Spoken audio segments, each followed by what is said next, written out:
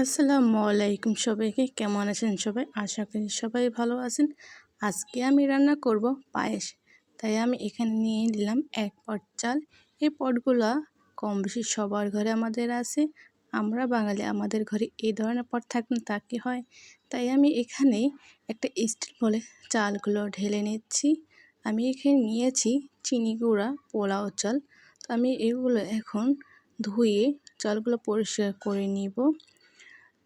যারা এখনও ইউটিউব চ্যানেলটা সাবস্ক্রাইব করেননি আমার, অবশ্যই সাবস্ক্রাইব করে পাশে থাকবেন এবং বেল আইকনে ক্লিক করে।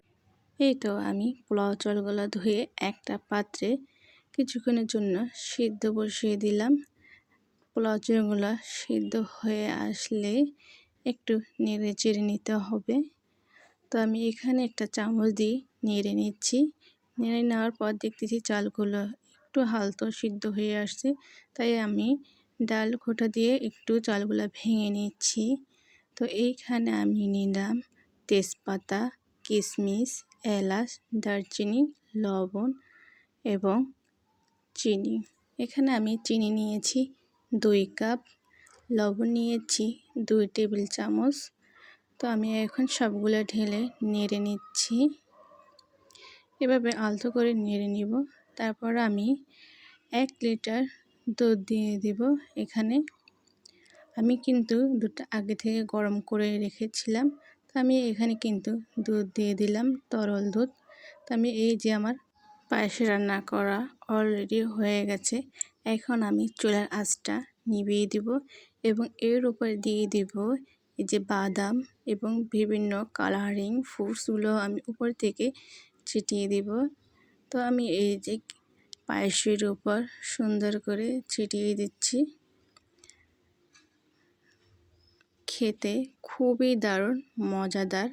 যারা এখনও পর্যন্ত বাড়িতে পায়েস রান্না করেন নাই, অবশ্যই এভাবে করে দেখবেন। খেতে খুবই সুস্বাদু আর অল্প সময়ে এর করে নিতে পারবেন। তো এই যে আমার পায়েস কিন্তু রান্না করা শেষ। এখন গরম গরম পরিবেশন করব সবার জন্য। আমার ভিডিও ধৈর্য ধরে দেখার জন্য আপনাদেরকে অসংখ্য ধন্যবাদ। যারা এখনও পর্যন্ত সাবস্ক্রাইব করে নাই, অবশ্যই সাবস্ক্রাইব করে বেল আইকনে ক্লিক করে পাশে থাকবেন। সবাই ভালো থাকবেন, সুস্থ থাকবেন। আল্লাহ হাফিজ।